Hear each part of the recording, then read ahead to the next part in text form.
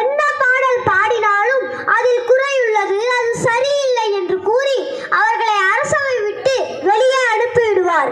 அந்த அரசரும் இதையெல்லாம் ஆராய்ந்து பார்க்க மாட்டார். அந்த கிராமத்தில் உள்ள சத்யசீலன் என்ற ஒரு இளைஞர் பிரிங்கியின் செயல்களை அறிந்து பிரிங்கிக்கு சரியான பாடம் புகட்ட நினைத்தார். மக்களிடம் உதவி கேட்டார். மக்களும் அவருக்கு உதவி செய்தனர்.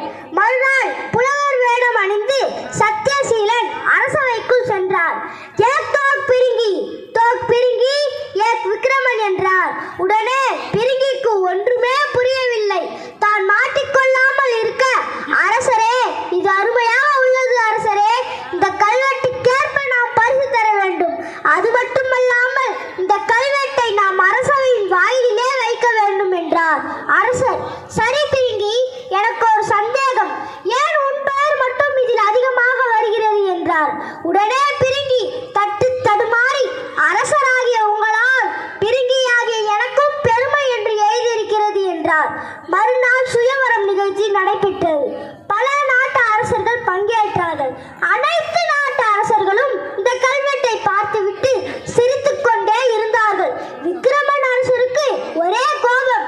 ஏன் சிரிக்கிறீர்கள் என்று கேட்டபொழுது அந்த அரசர்களில் ஒருவர் சொன்னார், இதில் என்ன எழுதியிருக்கிறது தெரியுமா? பிரிங்கி ஒரு முட்டாள், பிரிங்கிக்கு பண்டிதன் வேலை போட்டு கொடுத்த அரசர் ஒரு முட்டாள் என்று எழுதியிருக்கிறது என்றார்.